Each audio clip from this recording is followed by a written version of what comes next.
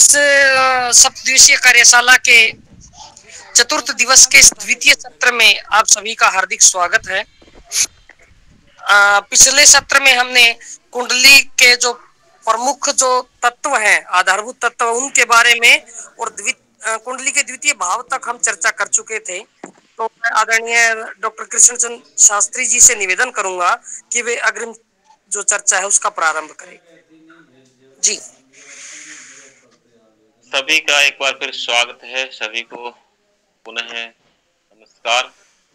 और कुछ साथी अभी 29, 30, 35 जुड़े, 5 से साथी अभी जुड़े नहीं, तो पिछले सेशन से कुछ पूछ रहे थे, तो 2-4 मिनट हम तब तक आमंत्रित करते हैं कि पूछें जो जिज्ञासाएं थी कुछ साथियों की। आचार्य जी नमो नमः। हाँ जी नमस्कार जी, मैं ये पूछ रहा था, मार्केश के विषय में प्रश्न था। मार्केश अगर सौम्य या कठोर प्रवृत्ति का हो तो इनके मार्ग प्रभाव में कम ज्यादा असर रहेगा? हाँ बिल्कुल रहेगा। अगर मार्केश बुध या चंद्र है तो क्या वो कम मार्केश होंगे? कम कम, हाँ। मार्केश जो है ना, जैसे ऐसा मानते हैं कि गुरु कभी मारक नहीं हो सकता, गुरु जीव है और गुरु मारक होने पर भी मारेगा नहीं, ऐसा बहुत से ग्रंथों में उल्लेखित है। तो क्रूर ग्रह हैं वो ज्यादा नेगेटिव इफेक्ट देते हैं, सौम्य ग्रह कम देते हैं उस मात्रा में। दूसरा प्रश्न मेरा ये था महोदय, अष्टम का ग्रह अगर लगन में बैठे और वो सौम्य प्रकृति का है तो क्या वो अष्टम के गुण लेके बैठेगा? क्या वो रोग बीमारी कारक रहेगा?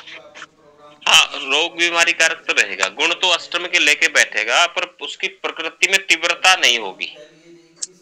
जैसे शनि के बारे में है कि शनि बाकियों को हटा करके उनका संबंध, शनि का संबंध यदि मार्केश से बनता है, मार्कों से, मार्क भाव से, तो बाकियों को हटाकर वो खुद मार्क हो जाता है। तो ऐसे ही शुभ ग्रह यदि अष्टमेश है और लगन में बैठा है, तो जब भी उसकी दशा अंतर्दशा आएगी तो परेशानियां होंगी, लेकिन क्रिटिकल पोजीशन नहीं होगी उस हिसाब से। आयु खंड नहीं है तो कोई दिक्कत नहीं है। मुझे दोनों ही फल मिले हैं। ग्रोथ भी गुरु की दशा में बहुत हुई, अष्टमेश है मेरा, पर हेल्थ हैजर्ड बहुत रहा मेरे लिए। हाँ, वो देखो वो तो रहेगा क्योंकि दो भावों का स्वामी है गुरु, तो अष्टमेश होने का भी अपना फल उसका रहेगा। तो एकादशेश का भी स्वामी था वो, एकादश हाँ, उसमें ग्रोथ का भी देगा वो बिल्कुल। और अष्टमेश और एकादशेश ओवरऑल देखें तो स्वास्थ्य के लिए ठीक नहीं माना गया है। जी, दोनों पाप स्थान, दुख स्थान है। हाँ, त्रिषणाय में आ गया वो। 3-6-11 में जैसे होता है, ऐसे ही 8 और 11 का भी कॉम्बिनेशन पाप स्थान है एक हिसाब से स्वास्थ्य को लेके। जी, जीव के लिए लगन में शनि हमेशा ही कारगर रहेगा, कारक ग्रह रहेगा? जी, जो लग्न के हिसाब से हम डिवाइड करेंगे तो रहेगा हमेशा ही, लेकिन वो युति और गोचर में उसका कॉम्बिनेशन जब जब अच्छी ग्रहों से, मित्र ग्रहों से होगा तो प्रबल रहेगा। जी धन्यवाद। तो आगे हम विषय को शुरू करते हैं। हाँ, एक प्रश्न मेरा था जी, एक प्रश्न है। हाँ जी बताइए जल्दी। गुरुजी जी आपने बोला था कि एक साथी कुंभ राशि जो है लंबी राशि है, फिर इसकी दृष्टि लंबी है। दृष्टि तो नहीं, राशि की बात है। हाँ,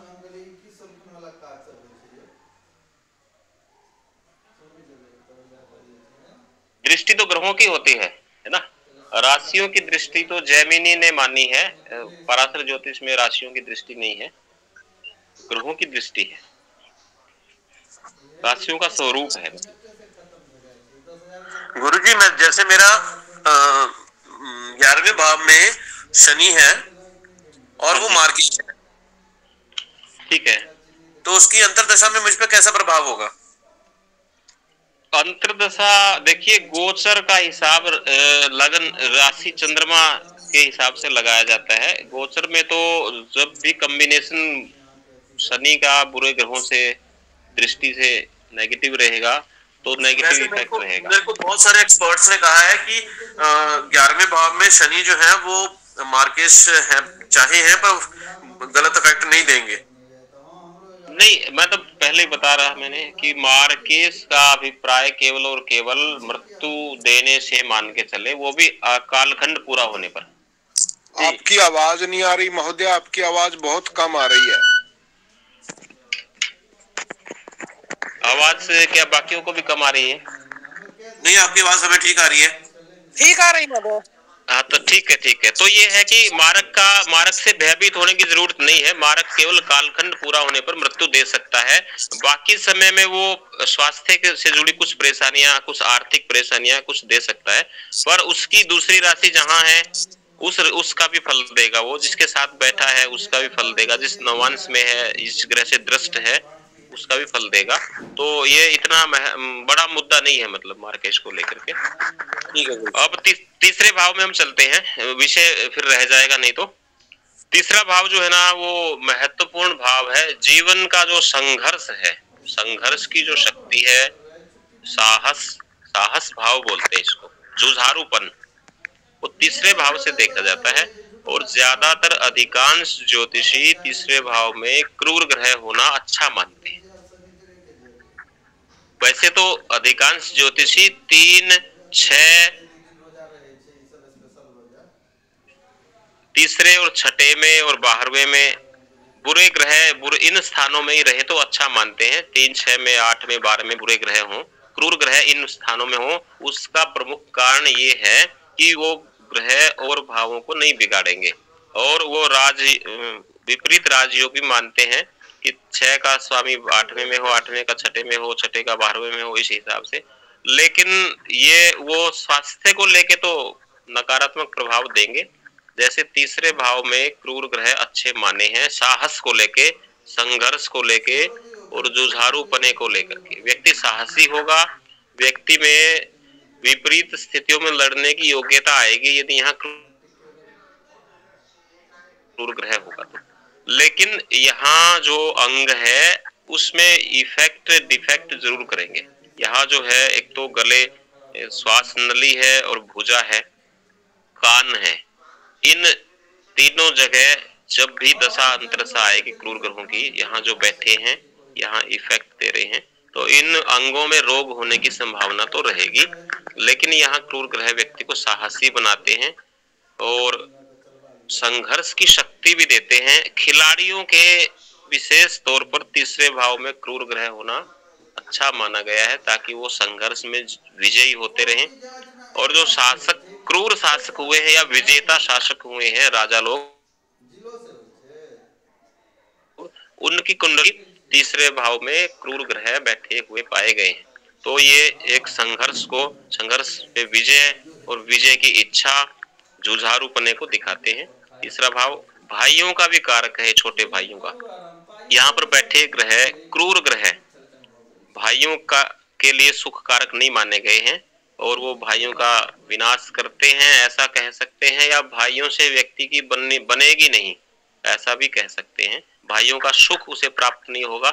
सुख का मतलब है कि भाई जीवित तो हो सकते हैं, उनकी अपनी कुंडली है, लेकिन तालमेल कम रहेगा। तीसरे और लग्नेश और तृतीयेश में यदि मित्रता है तो भाइयों में प्रेम रहेगा। मंगल यहाँ का कारक है, भाइयों का कारक भी मंगल है, साहस का भी कारक मंगल है।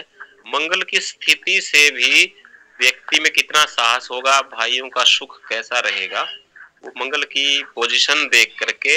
मंगल नीच राशि में है, मंगल अस्त हो गया है, कमजोर हो गया है, तो भाइयों का सुख कम प्राप्त होगा।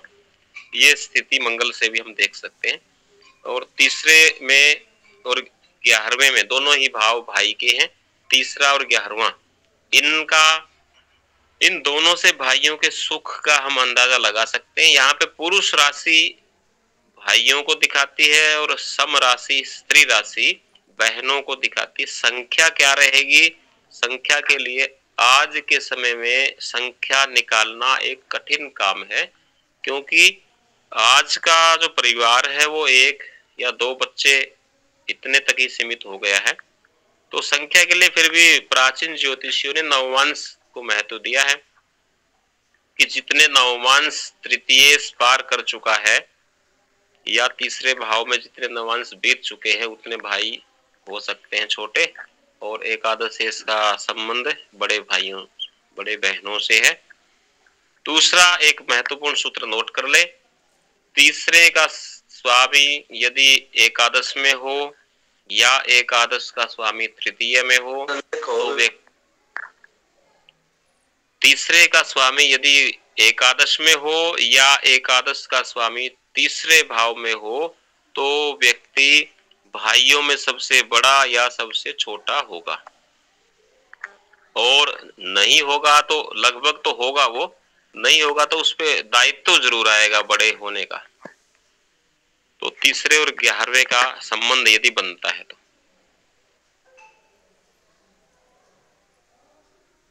इसके बाद तीसरे और पहले में संबंध बने, मित्रता हो तो भाइयों में प्रेम रहेगा, ये भी महत्वपूर्ण तथ्य है। और कान का जो दर्द है, कान में ऑपरेशन वगैरह की संभावना, भुजा बार बार बाजू टूटना, भुजा में चोट, श्वास की नली में कुछ फंसना, ये सब चीजें तीसरे भाव में बैठे क्रूर ग्रहों के कारण हो सकती हैं। होंगी कब? जब उस क्रूर ग्रह की दशा अंतर्दशा आए और गोचर में भी उस तीसरे भाव पर बुरे ग्रहों का प्रभाव जब पड़े, तो ये हम दशा अंतर्दशा के हिसाब से इस चीज को हम देख सकते हैं कि ऐसी परेशानियां, भाइयों में विवाद, झगड़ा, भाइयों पर मुसीबत या उन अंगों में भी विकृति हो सकती है उस दशा अंतर्दशा के दौरान।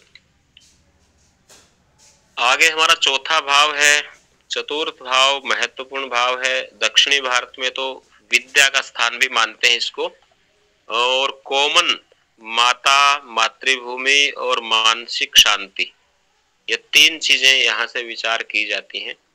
तो मातृ सुख व्यक्ति को कैसा रहेगा, यहाँ सुख स्थान भी है ये। तो यहाँ क्रूर ग्रह बैठना आजीवन व्यक्ति को मानसिक संताप देता है, दुविधा, उलझन या परेशानियों में डालता है।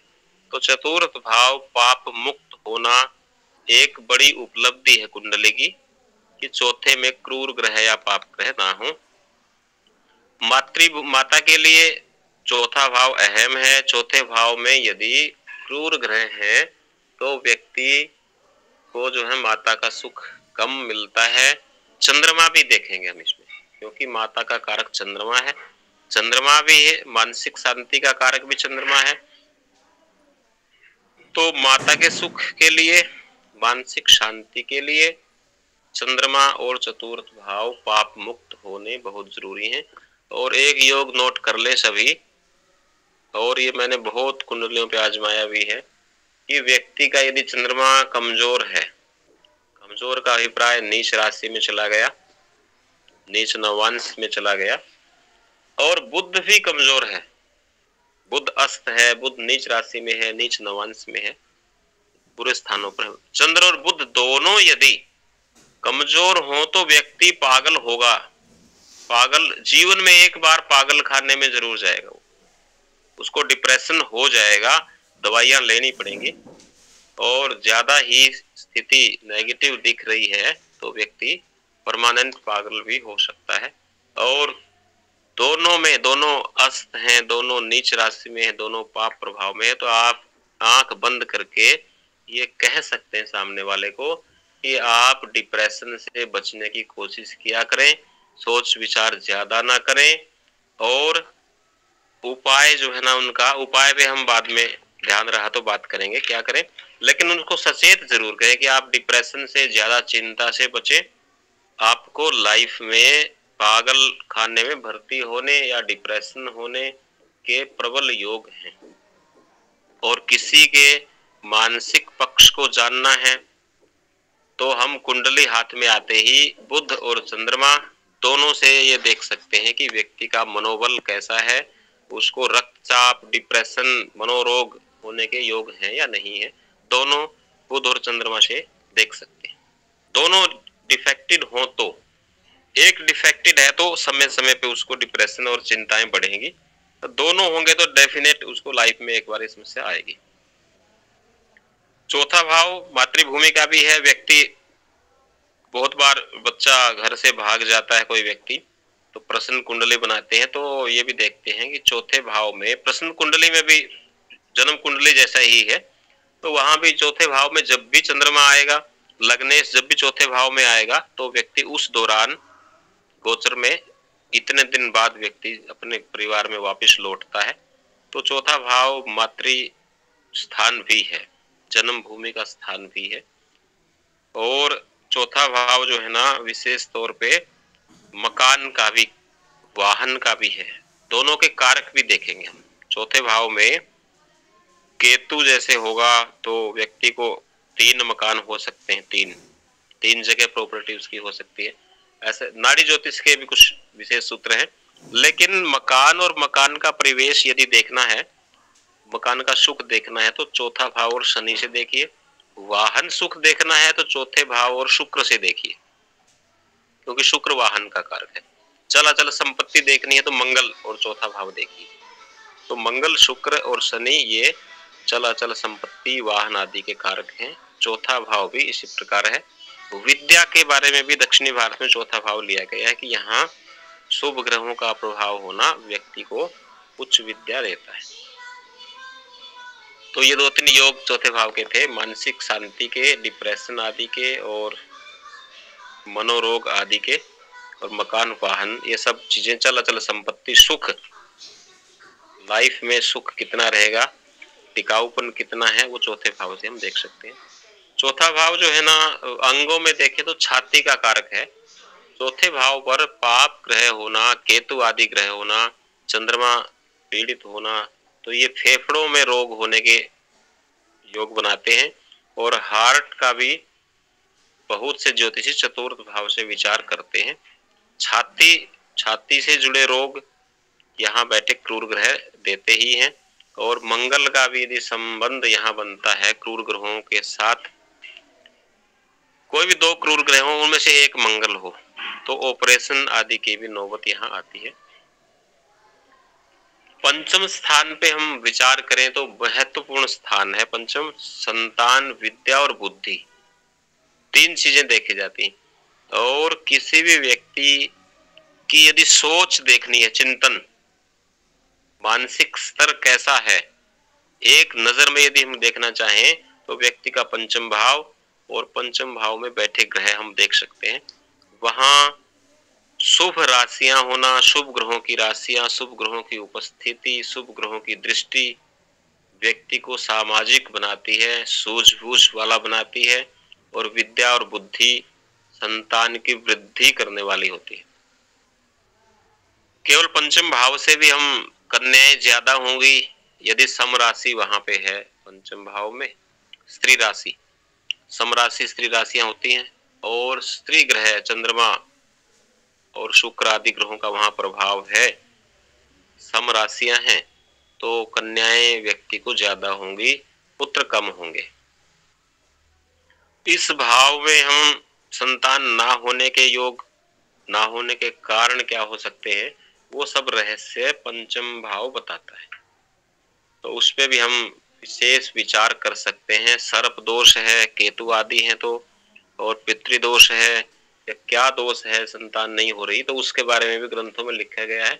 पंचम भाव से हम विचार कर सकते हैं। बुद्धि कैसी होगी, बुद्धि के लिए गुरु और पंचम भाव, और संतान कैसी होंगी, कितनी होंगी, वो भी गुरु और पंचम भाव से हम उसका विचार कर सकते हैं। व्यक्ति धोखेबाज होगा यदि पंचम भाव में राहु जैसे क्रूर ग्रह, पाप ग्रह बैठे हों। पेट का भी विचार पंचम भाव से करते हैं ज्योतिष में। छाती से नीचे का जो हिस्सा है वो लीवर है, पेट है, गुरु से उसका विचार हम कर सकते हैं। शुगर के जो रोग हैं वो गुरु पीड़ित हो तब ज्यादा होते हैं, और पंचम भाव पेट से जुड़ा है, तो पेट के भी रोग और ऑपरेशन ये पंचम भाव से, पंचम भाव में आने वाले पाप प्रभावों से हम देख सकते हैं। पंचम भाव का और लगन का तालमेल होगा तो पिता और पुत्र में मित्रता रहेगी। बहुत से लोग पूछते हैं कि संतान से बनेगी कि नहीं बनेगी। पंचम भाव और लगन, लग्नेश और पंचमेश की मित्रता देखें और उनमें तालमेल देखें कितना है, वैसा ही परिणाम रहेगा कि व्यक्ति संतान के साथ मिलकर के चलेगा। इसके बाद पंचम और नवम और लगन ये त्रिकोण माने गए हैं। और इन स्थानों पर यदि गुरु, इनमें से कहीं भी गुरु है तो व्यक्ति जो है जन्मजात शिक्षक होता है। शिक्षक क्यों होता है? क्योंकि वो नेक सलाहकार होगा। गुरु लगन में बैठे या पंचम में या नवम में कहीं भी बैठेगा तो तीनों जगह गुरु का प्रभाव आ जाएगा दृष्टि से। तो इसलिए तीनों स्थानों पर कहीं भी गुरु होना व्यक्ति को सूझबूझ और सामाजिक उपयोगी बनाता है। ऐसा व्यक्ति भरोसे लायक होता है, सामाजिक होता है, जन्मजात शिक्षक होता है और अच्छी सलाह दूसरों को देता है।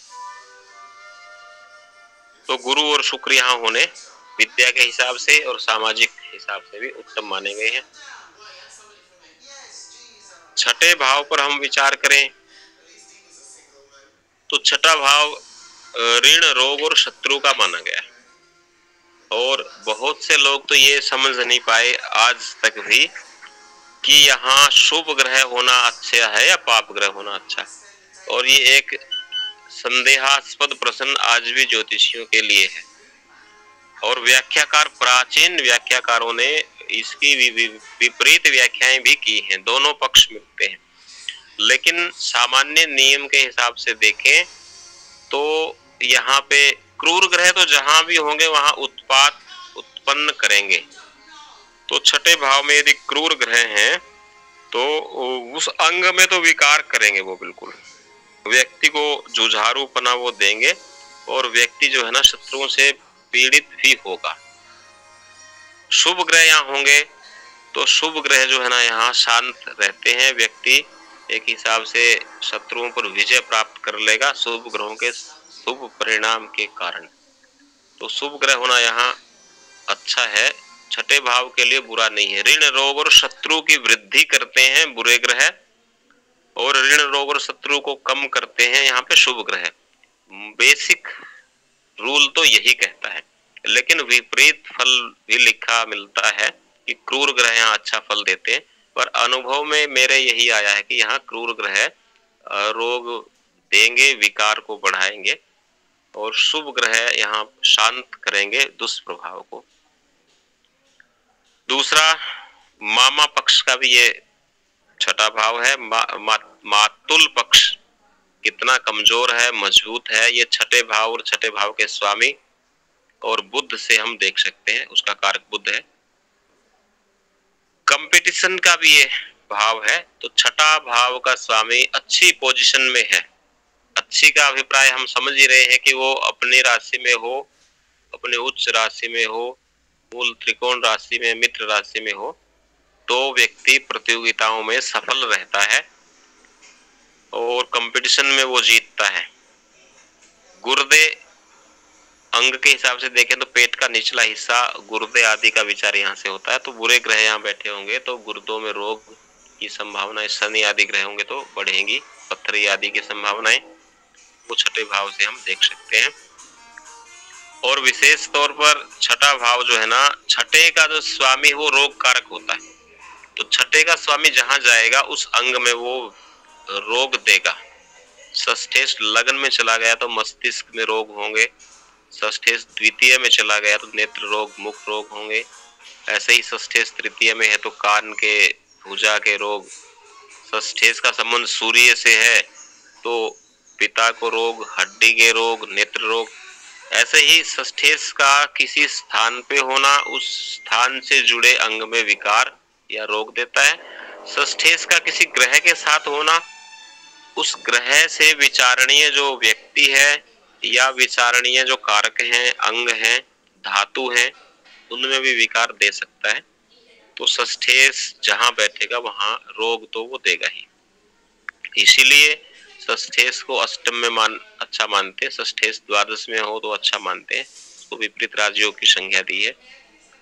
और सातवां भाव हम विचार करते हैं तो सातवां पहले भी विचार हुआ, जीवन साथी का वैवाहिक स्थिति का जो विचार है वो सप्तम भाव से हम कर सकते हैं। सप्तम में सम राशि होना, सुंदर जीवन साथी मिलेगा। और प्लस में इसमें जोड़ दें कि वहाँ शुभ ग्रह भी हैं, शुभ ग्रहों की दृष्टि है तो डेफिनेट ऐसा होगा, पक्का। सब सम राशि सुगठित राशियां होती हैं, सुंदर राशियां होती हैं, स्त्री राशियां हैं ये। तो सप्तम में शम राशि सुंदर जीवन साथी, और सप्तम पर शुभ ग्रहों की दृष्टि वैवाहिक सुख को बढ़ाती है। एक विशेष बात जरूर ध्यान दें, छठे का स्वामी सप्तम में होना या सप्तम का छठे में आ जाना, यानी कि छठे और सातवें का संबंध यदि बनेगा तो वैवाहिक सुख कमजोर हो जाएगा और मुकदमेबाजी होगी। यह भी 100% योग है, लिख सकते हैं। षष्ठे सप्तम में हो या सप्तमे छठे भाव में हो, दोनों का संबंध बने कहीं भी कैसे भी, तो जीवन साथी से अनबन और ससुराल वालों के साथ मुकदमेबाजी के योग रहेंगे। ऐसे ही सप्तमेश और अष्टमेश का संबंध भी अच्छा नहीं माना गया। अष्टमेश सप्तम में हो, सप्तमेश अष्टम में हो तो भी व्यक्ति का वैवाहिक सुख बाधित रहता है। और एक विशेष योग और लिख लें, डेफिनेट, और सामने वालों को आप सचेत भी करें। सप्तम भाव में यदि द्विस्वभाव राशि हो, द्विस्वभाव राशि 3, 6, 9, 12, मिथुन राशि हो, कन्या राशि हो, धनु राशि हो और मीन राशि हो, और साथ में सप्तम या अष्टम में क्रूर ग्रह हों, शनि, राहु, मंगल, केतु, सूर्य, इनमें से कोई भी एक या दो ग्रह हों तो 100% वैवाहिक सुख में बाधा रहेगी। रीमैरिज के चांस बनेंगे, यानी कि पुनर्विवाह हो सकता है और होगा ही लगभग। शर्त दोनों पूरी होनी चाहिए, सप्तम में द्विस्वभाव राशि हो और साथ में वहां पे सप्तम में या अष्टम में क्रूर ग्रह हो।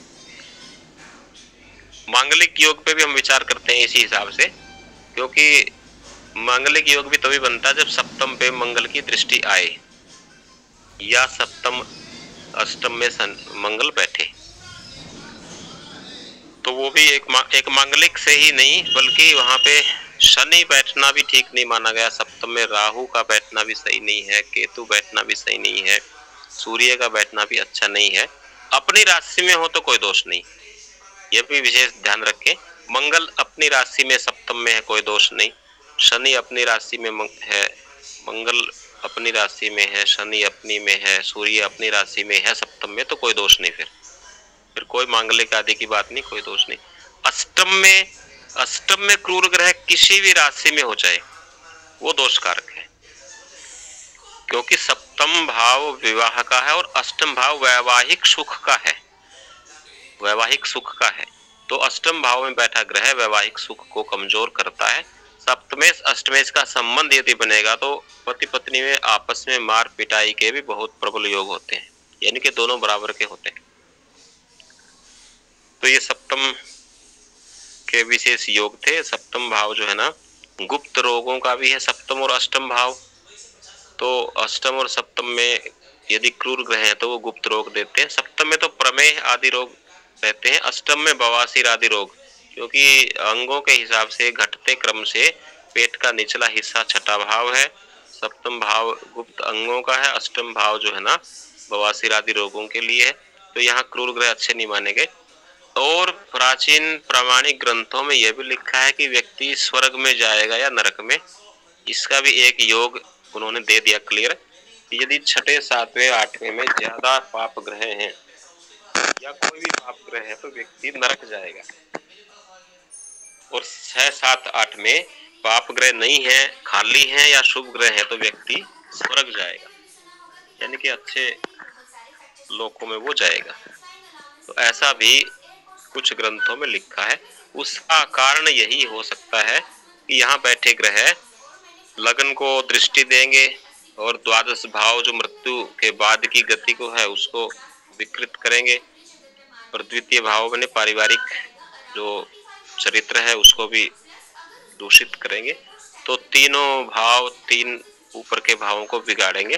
तो अच्छा नहीं मानते यहाँ पाप ग्रह होना। मृत्यु के बाद की गति के बारे में यदि विचार करें तो सप्तम भाव जो है महत्वपूर्ण है व्यवसाय के लिए भी, क्योंकि ये दशम से दशम है। तो सप्तम भाव से हम व्यवसायिक जो प्राइवेट जॉब है या अपना काम है उसके बारे में विचार कर सकते हैं सप्तम में, सप्तम भाव से। राजकीय जो जॉब है, सरकारी कार्य हैं, वो दशम से देखते हैं, और अपना जो काम है वो सप्तम भाव से, अपना व्यापार आदि भी देखते हैं। तो यहाँ पे जिस प्रकृति के जैसे ग्रह होंगे वैसे काम से व्यक्ति को लाभ हो सकता है, यदि शुभ प्रभाव हो रहा हो और द्वितीय और एकादश का संबंध सप्तम से बन रहा हो। तो ये सप्तम था। और अष्टम पे हमने विचार कुछ कर चुके हैं और कुछ और विचार करते हैं। अष्टम भाव मृत्यु कैसी होगी? घर में मृत्यु होगी, बाहर होगी, सामान्य मृत्यु होगी, एक्सीडेंट से होगी। 22वां जो दृश्यकांड है वो मृत्यु का कारण बताता है, मृत्यु का प्रकार बताता है। तो 22वां दृश्यकांड अष्टम भाव में ही आता है, यानी कि एक राशि के 3-3 टुकड़े करते हैं तो हम दृश्यकांड बनता है। और 7 भाव 21 दृश्यकांड बीत जाते हैं 7वें भाव तक। और 22वां दृश्यकांड अष्टम भाव का पहला दृश्यकांड है। वो उसकी टाइप लिखी है ज्योतिषी ग्रंथों में कि हर राशि के 3-3 दृश्यकांड हैं और उनका फल लिखा है कि व्यक्ति कैसे मृत्यु को प्राप्त होगा।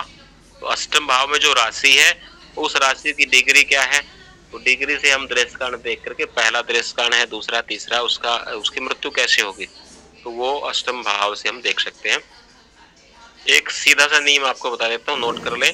यहाँ शुभ ग्रह है तो व्यक्ति की मृत्यु शांति से होगी, और क्रूर ग्रह है तो एक्सीडेंटल डेथ या लंबी बीमारी या परेशानी के में ही मृत्यु होगी। शुभ ग्रह यहाँ बैठे, गुरु बैठा है तो लंबी आयु भी देते हैं व्यक्ति, और क्रूर ग्रह बैठे हैं तो आयु को कम करते हैं। शनि अष्टम में यदि बैठा है तो कहते हैं आयु को बढ़ाता है, लेकिन पाप प्रभाव उस पर नहीं होना चाहिए। ग्रहों की दृष्टि का रूल में एक नियम क्लियर कर देता हूँ। ग्रहों की दृष्टि, ग्रह पे जिस ग्रह की दृष्टि है तो दृष्टि डालने वाला ग्रह उस ग्रह को मर्यादित करता है। तो पाप दृष्टि यदि आ जाती है शनि पे यहाँ बैठने पर, तो भाव और कारक दोनों पाप प्रभाव में आ जाएंगे। दोनों घटक, अष्टम भाव भी और अष्टम का कारक भी पाप प्रभाव में आने के कारण यहाँ बैठे शनि पर यदि राहु की दृष्टि आ गई, मंगल की दृष्टि आ गई, सूर्य की दृष्टि आ गई तो अच्छा नहीं है। यदि यहाँ बैठे शनि पर गुरु की दृष्टि आ गई तो अच्छा है। तो अष्टम में बैठा शनि लंबी आयु देता है तभी जब उस पे शुभ प्रभाव हो या पाप प्रभाव ना हो। और अष्टम में बैठा शनि यदि अपनी नीच राशि में है तो फिर अच्छा नहीं है बिल्कुल। वो बेसिक मौलिक नियम तो वही है। तो अष्टम भाव में शुभ ग्रह शांति से मृत्यु देते हैं और लंबी आयु भी देते हैं। अष्टम भाव में पाप ग्रह होंगे तो व्यक्ति हमें सामने वाले को सचेत भी करना चाहिए। कैसे सचेत इसलिए करना चाहिए कि यदि अष्टम में राहु है, मंगल है, तो हम सचेत करें कि आप जो है ना एक्सीडेंट आदि से बचें, वाहन आदि जो चलाते हैं तो थोड़ा ध्यान रखें। अष्टम में चंद्रमा है तो पानी से बचें। चंद्रमा है और उस पर पाप प्रभाव भी है तो व्यक्ति के डूबने के योग रहते हैं। अष्टम में मंगल है तो आग लगने के योग रहते हैं। पाप प्रभाव भी साथ में हो तो वो तीव्रता और बढ़ जाती है। तो अष्टम में बैठे ग्रह से हम व्यक्ति को सावधान भी कर सकते हैं कि ऐसी स्थिति आप अष्टम में शनि पाप प्रभाव में तो लोहे से, पत्थर से बचें, या ऐसी जगह खदानों में काम करते या ऐसी जगह रिस्क ना लें। और मंगल है तो आगजनी से बचें। चंद्रमा बैठा है पाप प्रभाव में है तो आप जल में किसी नदी को, तालाब को तैर कर पार मत करें, ऐसा रिस्क ना लें। बचपन में विशेष तौर पर तो डूबने के योग रहते हैं। तो ये अष्टम भाव गुप्त रोगों का भी है, गुप्त ज्ञान का भी है, समुद्री यात्राओं का भी है। तो इसमें समुद्री यात्राओं का है, यात्राओं से लाभ होगा कि नहीं होगा, शुभ प्रभाव है और अष्टमेश का संबंध एकादश से बनता है कहीं, और शुभ प्रभाव है तो लाभ रहेगा, द्वितीय से बनता है तो लाभ रहेगा। ये चीज हम देख सकते हैं। गुप्त ज्ञान का अभिप्राय है जहां तक गुप्त विद्याओं से है, यंत्र मंत्र तंत्र ज्योतिष आदि से। अष्टमेश का संबंध पंचम से बनता है तो विद्या ऐसी व्यक्ति की होगी, उस पर शुभ प्रभाव है। और एकादश से है तो भी लाभप्रद वो विद्या रहेगी। तो वो सब चीजें भी हम देख सकते हैं। और गुप्त रोगों का भी ये कारक है। अष्टम में पाप ग्रह मंगल राहु आदि ये गुप्त रोग देते ही है। तो हम सचेत कर सकते हैं व्यक्ति को कि इन रोगों से की संभावनाएं बनती हैं और इन दशाओं अंतर दशाओं में बनती हैं। तो ये आप उपाय कर सकते हैं या फिर संयमित जीवन जी सकते हैं। नवम भाव पे हम विचार करें तो नवम भाव धर्म स्थान है और व्यक्ति की धार्मिक प्रकृति कैसी है, प्रवृत्ति कैसी है, वो नवम भाव से हम विचार कर सकते हैं। नवम भाव में शुभ ग्रह हो तो व्यक्ति धार्मिक होगा ही, डेफिनेट है। और वहां पे यदि शनि है या राहु जैसे ग्रह हैं तो वो व्यक्ति को नास्तिक बनाते हैं। तो धार्मिक व्यक्ति का व्यवहार कैसा होगा वो हम चंद्रमा से और पंचम भाव से और नवम भाव से हम विचार कर सकते हैं। नवम भाव वर्तमान जीवन की धार्मिकता को लेकर है। पिछले जीवन में हम कितने धार्मिक थे, कैसी प्रकृति प्रवृत्ति थी, वो पंचम भाव बताता है। वर्तमान का जो जीवन चल रहा है वो नवम भाव बताता है। और मृत्यु के बाद क्या गति होगी वो द्वादश भाव बताता है। तो ये तीनों भाव महत्वपूर्ण है। लगन हम स्वयं हैं और नवम हमारी प्रकृति प्रवृत्ति है और पंचम भाव हमारा पिछले जन्म की प्रकृति और प्रवृत्ति है। भाग्य स्थान भी है नवम। तो भाग्य स्थान इसलिए है कि व्यक्ति जो लेकर के आया है प्रारब्ध, वो नवम भाव से पता लगता है कि वो कैसा रहेगा। क्योंकि वर्तमान जीवन है, अभी मैंने बताया था नवम भाव वर्तमान जीवन है। तो गत जन्मों का जो प्रारब्ध है वो कैसे प्रकट होगा वो नवम भाव से विचार करते हैं। और नवम भाव में कैसा ग्रह है और कैसी दृष्टि उस पे है, उससे हम व्यक्ति के इष्ट देव का और धर्म का और भाग्य का अंदाजा लगा सकते हैं। पिता का भी भाव माना गया है नवम भाव। तो पिता धार्मिक प्रकृति के होंगे, आस्तिक होंगे, नास्तिक होंगे, स्वास्थ्य कैसा होगा, ये सब चीजें नवम भाव में बैठे ग्रहों नवमेश और नवम का जो कारक है, पिता के लिए सूर्य कारक है, धर्म के लिए गुरु कारक है। तो ये चीज हम कारक जरूर देखेंगे। कारक बदल जाते हैं हर टॉपिक पे, भाव और भावेश वही रहते हैं। तो वो हम पता कर सकते हैं। नवम पे पाप प्रभाव ज्यादा होना तो व्यक्ति बचपन में ही पिता को खो देते हैं, पिता का सुख उन्हें नहीं मिलता। और नवम भाव से हम उस चीज को कैलकुलेट कर सकते हैं। कमर का भी ये स्थान है। अंगों के हिसाब से देखें तो कमर में जो रोग की संभावना वो नवम भाव से विचार कर सकते हैं। कमर घटते क्रम में हम देखें तो कमर को नवम भाव से लिया गया है। जंघाओं को भी लेते हैं बहुत से ज्योतिषी। और सूक्ष्म विश्लेषण यदि रोग विचार पे चाहिए तो दृष्काण से अंगों का विभाजन की विधि दी है ग्रंथों में। तो दृष्काण, लगन में जो दृष्काण है उसके आधार पर कौन से अंग किन भावों में आ रहे हैं और कहाँ क्रूर ग्रह बैठे हैं, तो वो अलग पद्धति है थोड़ी सी, वहां से भी हम ले सकते हैं। दसम भाव में हम आते हैं तो दसम भाव नवम से जुड़ा है। दसम भाव से भी पिता का विचार करते हैं। फर्क क्या है दोनों में वो आज समझ लें। दो चीजें आपको नई बताई हैं आज मैंने मेरे हिसाब से, कि सप्तम भाव विवाह का भाव है और अष्टम भाव वैवाहिक सुख का। ऐसे ही नवम भाव पिता का भाव है और दसम भाव पैतृक सुख का भाव है। पिता होना अलग बात है, पिता का सुख मिलेगा कि नहीं मिलेगा वो दसम भाव बताता है। तो ये चीज नोट रखें कि नवम भाव पिता को बताता है और दसम भाव पैतृक सुख को बताता है। दसम में राहु शनि आदि ग्रह हो या क्रूर ग्रह हो तो पिता से तालमेल बच्चे का नहीं रहता है, वैचारिक मतभेद हो जाता है, पैतृक सुख प्राप्त नहीं होता है।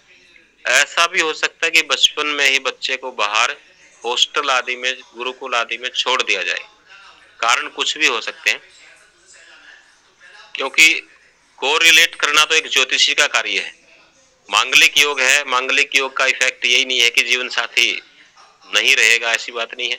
जितने फौजी भाई हैं जो परिवार से दूर रहते हैं, उनकी कुंडली में भी मांगलिक योग रहता है। उसके कई मायने हैं। वैवाहिक सुख कम हो जाना, ऐसे ही पैतृक सुख कम हो जाएगा यदि दशम भाव में क्रूर ग्रह हैं तो दशम भाव जो है जीवन यापन का भी भाव है, कर्म भाव। व्यक्ति कैसी जीविका करेगा, यहाँ बैठे सब ग्रह सही हैं, जीविका के हिसाब से अपनी अपनी जीविका वो देते हैं व्यक्ति को। तो विभिन्न जीविकाएं हो सकती हैं यहाँ यदि ज्यादा ग्रह हैं तो। और राजयोग की बात हमने करी थी कि यहाँ पे सूर्य का संबंध, चंद्रमा का संबंध यहाँ से हो, शनि का संबंध हो, तो व्यक्ति को सरकारी नौकरी के भी योग बनते हैं, सरकारी योजनाओं से लाभ भी मिलता है। हाँ, इतना जरूर हो सकता है कि शनि थोड़ा विलंब देता है। यहाँ शनि दशम में है तो व्यक्ति 30-32 के बाद सरकारी सर्विस में आ सकता है, तो वो विलंब का कारक है।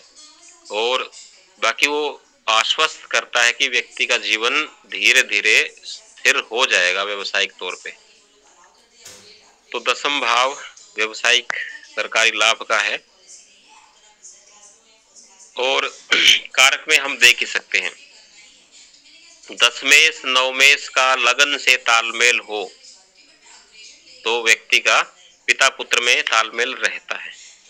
ऐसा भी वही नियम है जो पहले काम कर रहा था कि किसी भी भाव का स्वामी उसका संबंध लगन लग्नेश से देखना है तो ये पता लगा सकते हैं कि माता और पुत्र में तालमेल रहेगा, संबंध मधुर रहेंगे। पिता और पुत्र में पंचम और लगन देखें, और अपने पिता में देखना है तो नवमेश और लग्नेश या दशमेश और लग्नेश भी देख सकते हैं। तो ये तालमेल की और सुख की बात हम इससे पता लगा सकते हैं। और वैसे दशम भाव का स्वामी नवांश कुंडली में जिस राशि में हो या दशमेश, दशम का जो मालिक है वो नवांश कुंडली में जिस राशि में हो, जिस ग्रह की राशि में हो, उस ग्रह से संबंधित व्यवसाय भी व्यक्ति कर सकता है। और व्यवसाय के लिए ये योग हम और डीपली देखें तो देख सकते हैं, दशमांश कुंडली भी व्यवसाय के लिए होती है। वर्ग कुंडलियों को कैसे प्रयोग करेंगे वो हम एक इसके बाद डिस्कस करेंगे 12 भाव हो जाने के बाद। तो दशम भाव से ये विशेष विषय हम देखते हैं। 11वां जो भाव है लाभ स्थान है, बड़े भाई का भाव है, और सभी ग्रह यहाँ अच्छे माने गए हैं। लाभ का स्वामी कहीं भी हो उस भाव की वृद्धि करता है ऐसा मानते हैं, और लाभ भाव में सभी ग्रह लाभ देते हैं। लाभ अपनी प्रकृति के अनुसार देंगे वो, और दैनिक या मासिक साप्ताहिक इनकम जो है वो 11वें भाव से देखी जाती है। पिंडली का विचार भी, घुटनों का विचार दशम से, शरीर के लिए हम बात करें तो घुटने रिप्लेसमेंट होंगे यदि दशम में क्रूर ग्रह हैं तो, या घुटने काम छोड़ जाएंगे समय से पहले ही यदि वहां शनि राहु जैसे क्रूर ग्रह दशम में हो तो। ऐसे ही पिंडलियों के जो रोग हैं वो 11वें भाव से देखे जाते हैं। और बड़े भाई का विचार भी हम 11वें भाव से कर सकते हैं। बड़े भाई से तालमेल रहेगा, वहां पे शुभ ग्रह हैं, शुभ राशियां हैं, और लगनेश के मित्र हैं वो। 11वां और पहला भाव दोनों के स्वामी आपस में मित्र हों और एक दूसरे के नवांश में हों तो तालमेल रहता है भाइयों से। और मंगल की स्थिति भी देख सकते हैं। इसके बाद 12वां भाव महत्वपूर्ण भाव है। 12वां भाव जो है मोक्ष का भाव माना गया है, यानी कि मृत्यु के बाद व्यक्ति की क्या गति होगी इसके बारे में विस्तार से ग्रंथों में लिखा है। विशेष तौर पर केतु और बुध का संबंध यहाँ होना तो व्यक्ति को मोक्ष देता है ऐसा मानते हैं, और गुरु भी यदि हो तो भी शुभ गति व्यक्ति की मानते हैं। मृत्यु के बाद है। बुध, केतु और गुरु का संबंध यदि 12वें भाव से हो तो सदगति व्यक्ति की होगी, ऐसा मानते हैं। जेल का भी ये भाव है, घर से दूर रहने का भाव है। लग्नेश द्वादश में हो तो व्यक्ति या तो विदेश जाएगा, प्रदेश जाएगा या जेल जाएगा। अब पहचानेंगे कैसे? तो उस पर शुभ प्रभाव हो और उससे इनकम का भी संबंध बन रहा हो,